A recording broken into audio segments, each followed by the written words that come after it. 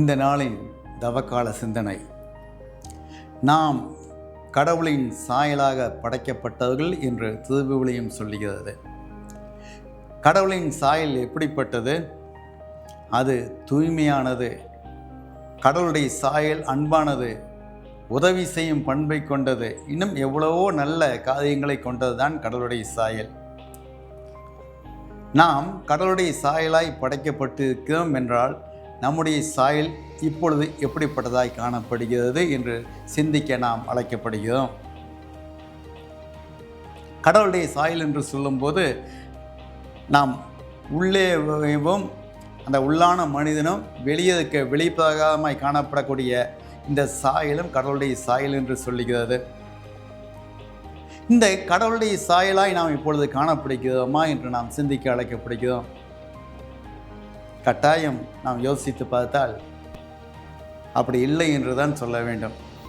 நமக்குள்ளா எவ்வளோ கோபம், எவ்வளோ சண்டை, வைராக்கியங்கள், பாவங்கள், இதெல்லாம் கடவுளுடைய சாயலா?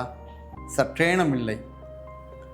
பைபிள் நாம் பார்க்கும்போது உள்ளான சாயலை மனிதன் எப்பொழுது இழந்து போனான்? அந்த கடவுளுடைய சாயலை ஏதேன் தோட்டத்திலே ஆதாமும் ஏவாளும் பாவம் செய்த போது அந்த உள்ளான கடவுளுடைய சாயலை இழந்து போனார்கள்.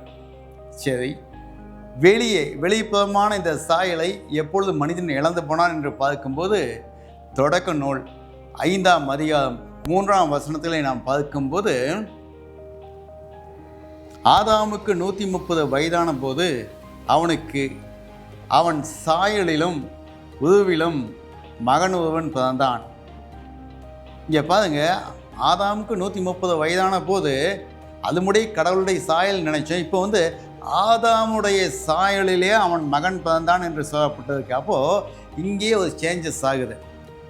இப்போது இந்த நாட்களிலும் கூட நம்ம குடும்பங்களில் யாராவது பெண்களுக்கு குழந்தைகள் பிறக்கும்போது போய் பார்த்தோன்னா, ஐயோ அது அப்படியே அம்மாவாட்டம் இருக்குது, அப்பாவாட்டம் இருக்குது, தாத்தா பாட்டியாட்டம் இருக்குன்னு நாம் சொல்லுதோம்ல. ஏதாவது கடவுளுடைய சாயலாட்டம் இருக்குன்னு நாம் சொல்லுதோமா? இல்லை, அந்த சாயல் அப்படியே மாற்றம் அடைந்து விட்டது. இந்த சாயலை மாற்றும்படியாக தான், இந்த பாவத்தின் சாயலை மாற்றும்படியாக தான் இயேசு தன்னுடைய தெய்வீக சாயலை விட்டு இந்த பூமியிலே மனித சாயலாய், சாபத்தின் சாயலாய், பாவத்தின் சாயலை எடுத்து இயேசு இந்த பூமியிலே வந்தார். எனக்கு அன்பானவர்களே, அந்த இயேசு தன்னுடைய சிலுவையிலே தன்னுடைய உயிரை கொடுத்தது நிமித்தமாய், நாம் அவருடைய இரத்தத்தினாலே கழுவப்படுவது நிமித்தமாய் அவருடைய சாயலாய் மாற்றப்படுகிறோம். அவருடைய தூய ஆவினாலே நிரப்பப்படும் போது, நம்முடைய குணாதிசயங்கள் மாற்றப்படும் போது இயேசுவின் சாயலாய் மாற்றப்படுகிறோம் என்று பைபிள் சொல்லுகிறது. ரோமர் 6ஆம் அதிகாரம் 6ஆம் வசனத்திலும் எபேசியர் 4ஆம் அதிகாரம் 22, 24 வசனங்களிலும் பார்க்கும்போது நம்முடைய முந்தின பழைய சாயலை நாம் களைந்து விட வேண்டும் என்று சொல்லுகிறது. அது எப்படி? இயேசுவின் இரத்தத்தினாலே அது களையப்படும். தூய ஆவினாலே நாம் நிரம்பி நாம் வாழும்போது உள்ளான அந்த சாயல் புதுப்பிக்கப்படும், கடவுளுடைய சாயலாய் மாற்றப்படும். இந்த நாளிலும் கூட இப்படிப்பட்ட சிந்தனையோடு கூட இந்த தவ காலத்தில் நம்முடைய சாயல் மாற்றம் அடைய இயேசுவின் பாதத்தில் நம்மை ஒப்பு கொடுப்போம். எங்கள் அன்பின் நல்லாண்டது, எங்களுடைய பழைய சாயலானது, பழைய மனிதனானது எங்களை விட்டு கடந்து போக நீங்கள் உதவி செய்யுங்க.